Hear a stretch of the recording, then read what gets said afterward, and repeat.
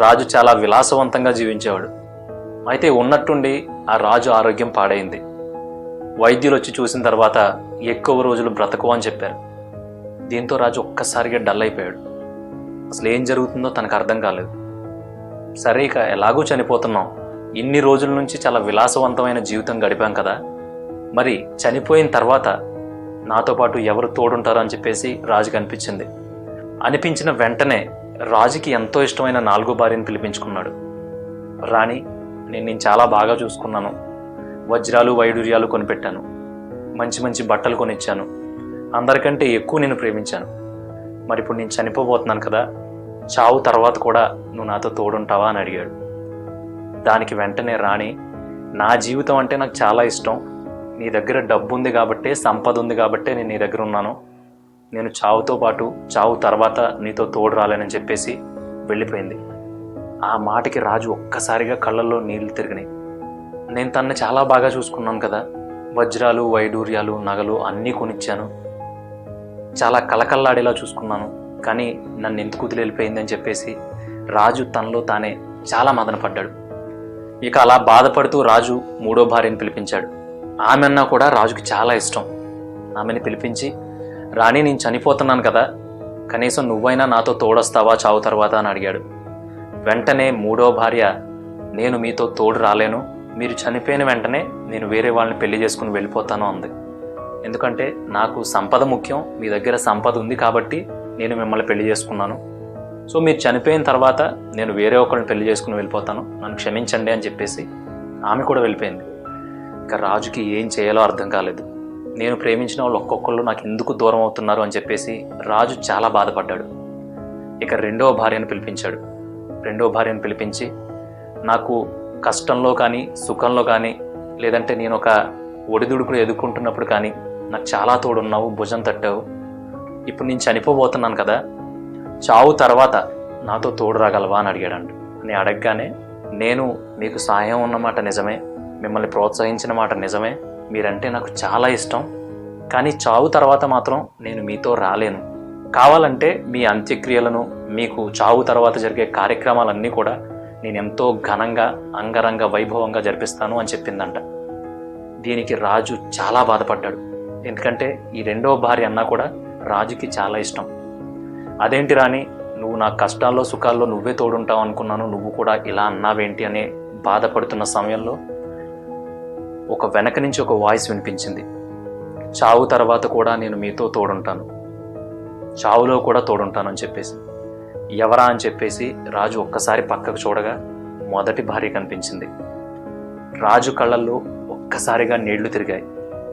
రాణి, నిన్ను మొదటి భార్య స్థానంలో ఎప్పుడూ చూడలేదు, నిన్నెప్పుడూ సరిగ్గా చూసుకోలేదు, నీకేం కావాలని అడగలేదు, కానీ చావు తర్వాత కూడా నువ్వు నాతో వస్తానంటున్నావు, దీనికి కారణం ఏంటి అని చెప్పి అనుకుంటూనే రాజు చనిపోవడం జరిగింది.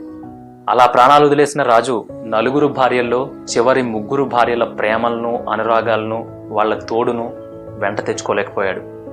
ఇదే కథను మన నిజ జీవితాలకు మనం అన్వయించుకుంటే, మనం ఎంతగానో ప్రేమించే మన 4వ భార్య మన శరీరం.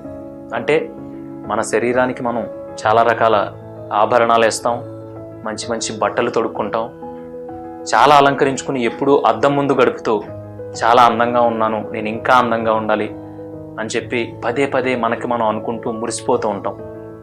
కానీ ఒక్కసారి మనం కన్ను మూసిన తర్వాత మన శరీరం మీద ఎటువంటి వస్త్రాలు కానీ, ఎటువంటి ఆభరణాలు కానీ, మనం సంపాదించుకున్న డబ్బు కానీ మనతో పాటు రాదు. అవన్నీ తీసేసి మనల్ని దిగంబరంగా, అంటే ఒంటి మీద ఏమీ లేకుండా మాత్రమే దహనం చేస్తారు, లేదంటే పూడుస్తారు.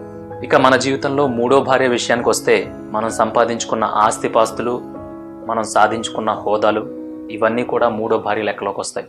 ఒక్కసారి మనం కన్ను మూసామంటే మనకుండే ఆస్తిపాస్తులన్నీ మన తరువాతి తరాల వాళ్ళు కావచ్చు, అన్నదమ్ముల బిడ్డలు కావచ్చు, లేదంటే చుట్టాలు కావచ్చు, వీళ్ళందరూ కూడా దాన్ని పంచుకోవడం జరుగుతుంది. అలాగే మనం సాధించుకున్న హోదా, ఏదైతే ఒక ఆఫీస్లో నువ్వు ఒక 5 లక్షల రూపాయలు విలువ చేసే జాబ్ చేస్తావు, కానీ ఒకసారి నువ్వు చనిపోయిన తర్వాత ఆ ప్లేస్లోకి వేరే వాళ్ళు వస్తారు. సో అదేవిధంగా రాజు యొక్క 3వ భార్య కూడా, మీరు చనిపోయిన తర్వాత నేను వేరే ఒకళ్ళని పెళ్లి చేసుకుని వెళ్ళిపోతాను తప్ప చావు తర్వాత మీతో రాను అని చెప్పింది. మనం సంపాదించుకున్న ఆస్తిపాస్తులు, మనం అనుభవించిన హోదా, ఇవన్నీ కూడా చావు తర్వాత మనతో రావు. అవి ఖచ్చితంగా మనం చనిపోయిన తర్వాత వేరొకళ్ళ సంపద. ఇక రాజు యొక్క రెండవ భార్య మన జీవితానికి అన్వయించుకుంటే వాళ్ళే మన బంధుమిత్రులు, మన స్నేహితులు.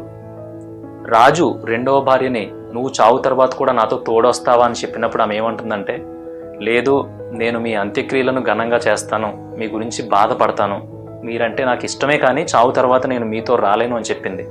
అలాగే నిజ జీవితంలో మనకుండే స్నేహితులు కావచ్చు, మనకుండే బంధువులు కావచ్చు, మనం చనిపోయామన్న మాట తెలిసిన వెంటనే వాళ్ళందరూ కూడా చాలా దుఃఖంతో చాలా బాధపడతారు. మళ్ళీ తిరిగి రాడని చెప్పేసి పదే పదే వాళ్ళ మనసులో అది తెలిసినా కూడా చాలా చాలా చాలా దుఃఖంతో ఉంటారు. కానీ వాళ్ళందరూ కూడా కాటి వరకు వస్తారు తప్ప చావు తర్వాత చావులో మనకెవ్వరూ తోడుండరు. మనిషి పుట్టేటప్పుడు ఏం తీసుకురాడు, చచ్చేటప్పుడు ఏం తీసుకెళ్ళడు. సొంత భార్యతో పాటు అందరూ కూడా అక్కడితో మనకి పరాయి వాళ్ళు అయిపోతారు. ఇక రాజు యొక్క మొదటి భార్యని మన జీవితానికి అన్వయించుకుంటే అది మన ఆత్మ. రాజు అడగకపోయినా కూడా, ఎప్పుడూ సరిగ్గా చూసుకోకపోయినా, కావాల్సింది ఇవ్వకపోయినా కూడా రాజు మొదటి భార్య చావు తర్వాత కూడా తనతో తోడొస్తానంది. అలాగే మన నిజ జీవితంలో మనం బ్రతికుండగా మన ఆత్మకి కనీస ప్రశాంతత ఇవ్వకపోయినా సరే చావు తర్వాత కూడా మనతో వచ్చేది ఏదైనా ఉందా అంటే అది కేవలం మన ఆత్మ మాత్రమే. అందుకే బ్రతికుండగా మనం సంపాదించుకున్న ఆస్తిపాస్తులు కావచ్చు, మనం ధరించే దుస్తులు కావచ్చు, బంగారం కావచ్చు, ఇవన్నీ కూడా అశాశ్వతాలు. అలాగే మన రెండవ భార్య అంటే మన బంధుమిత్రులు, మన స్నేహితులు, మన శ్రేయోభిలాషులు, వీళ్ళందరూ కూడా ఎప్పుడూ మన మంచి కోరుకునే వాళ్ళే. అందుకని దయచేసి మన నిజ జీవితంలో ఎప్పుడూ కూడా మనం వాళ్ళని నొప్పించకూడదు, బాధ పెట్టకూడదు, కించపరచకూడదు. వాళ్ళందరితో ఆనందంగా ఉంటూ బ్రతికున్నన్నాళ్ళు సంతృప్తిగా ఉండి మన ఆత్మను సంతృప్తి పరిస్తే చావు తర్వాత కూడా మన ఆత్మ మనతో ఉంటుంది. అందుకే మనం బ్రతికున్నన్నాళ్ళు ఎంత బాగా బ్రతికాము, అవతల వాళ్ళకు ఎంత సహాయపడ్డాము, మనం జీవించిన మన జీవితంలో మనం చేసే పనులు మనకి ఎంతవరకు ఆత్మసంతృప్తినిచ్చాయనేది మనం ఒక్కసారి ఆలోచించుకోవాలి. ఖాళీగా ఉన్నప్పుడు ధ్యానం చేయడం, యోగా చేయడం, దైవ ప్రార్థన చేయడం, ఇవన్నీ కూడా ఆత్మకు శాంతిని కలుగజేస్తాయి. మన పేరు ప్రఖ్యాతులు కానీ, మన సంపదలు కానీ, మనం ధరించే వస్త్రాలు, ఆభరణాలు కానీ ఇవేవి మనతో రావు. మనం ఎంత బాగా బ్రతికామన్నది మాత్రమే క్యాలిక్యులేట్ అవుతుంది. ఎంత సంపాదించుకున్నా, ఏం అనుభవించినా ప్రాణం ఉన్నంతవరకు